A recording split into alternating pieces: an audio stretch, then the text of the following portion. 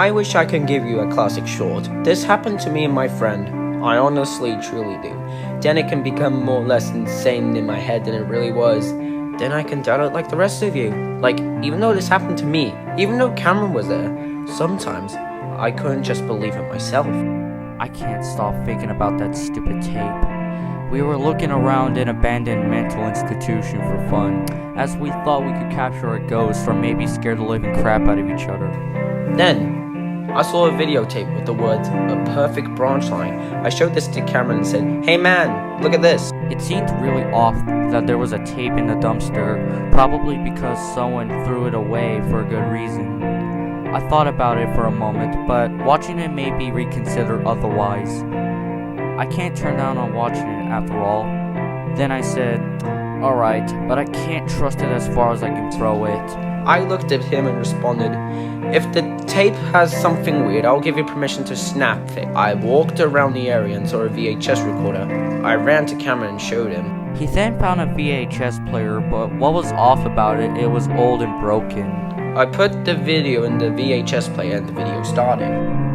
I cannot tell what was going on in the video, as it was mostly white noise and glitchy images. And then the video actually began. And I was surprised to find out that it was a Thomas and Friends episode. What did the VHS mean by a perfect branch line? I mean, both me and Cameron liked Thomas the Tank Engine since we were little kids, and we collected the merchandise for it as well. The video started with Thomas and Percy and Timothy Station. It just kept the exact same frame there for maybe 30 seconds, but then I can make out a voice saying, "Hey Percy, I heard there's been a new branch line beginning to be built," along with the narrator saying, "Said Thomas." And then Percy said something that made it feel weird. "This is just the beginning.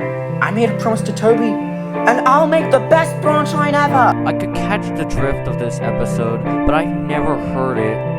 I can tell Xzavier was thinking the same thing as I was.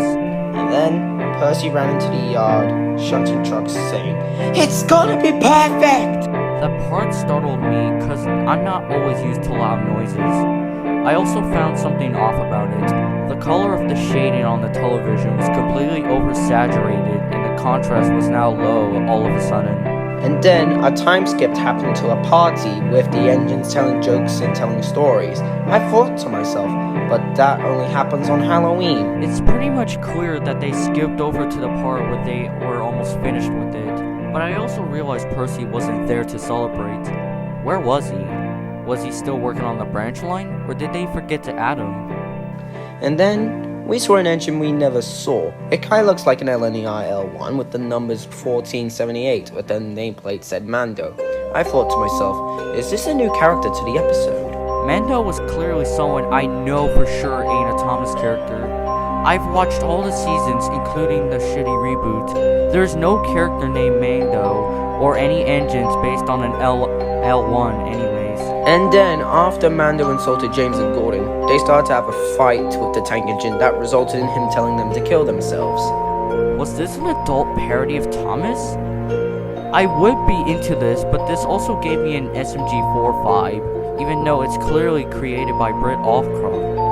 I swear it's gotta be a coincidence. And then Mando crashed into a fuel tanker, which killed him, and his bogies flew into Percy's yard. And oh boy, that's when the downhill happened. Percy was extremely pissed that Mando ruined his yard. He ran to the other engines with his face turning a shade of impossible colors.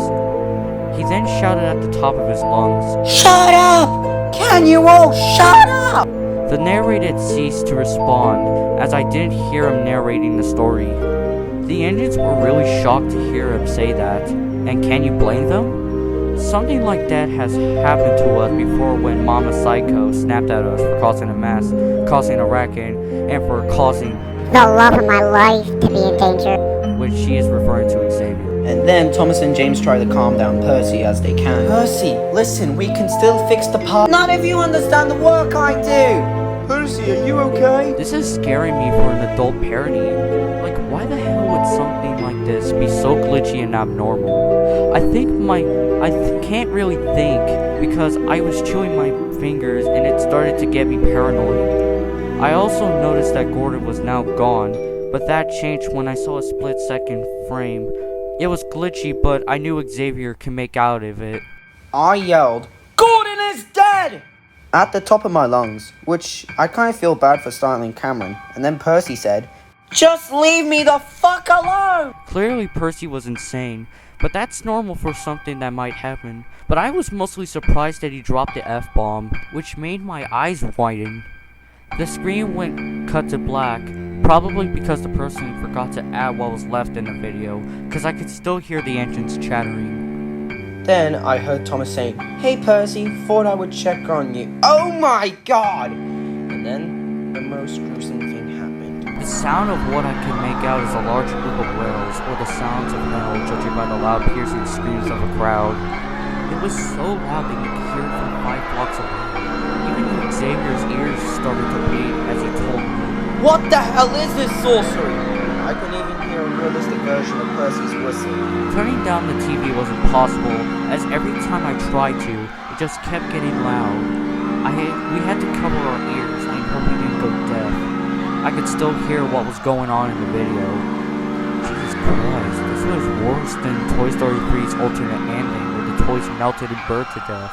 The final scene shows Percy's closed-up face as he said in a demonic voice, "It's gonna be perfect!" Thank God the video was over. I couldn't take any more of that loud, horrifying shit anymore. I looked at Cameron as I told him, dude, I think I saw something before the screen faded to black. It kind of looked like Diesel 10 behind Percy with text on the screen. I felt like I was going insane. I'm not gonna say anything else what happened in the video, cause I'm already losing my crap after what happened. I'm really tired as well, so maybe me and Xzavier are going to get some sleep. And to this day, I saw Percy talking to himself, as the screams echoed in my head. Even if I slept that night with Psycho, I can't get him out of my head.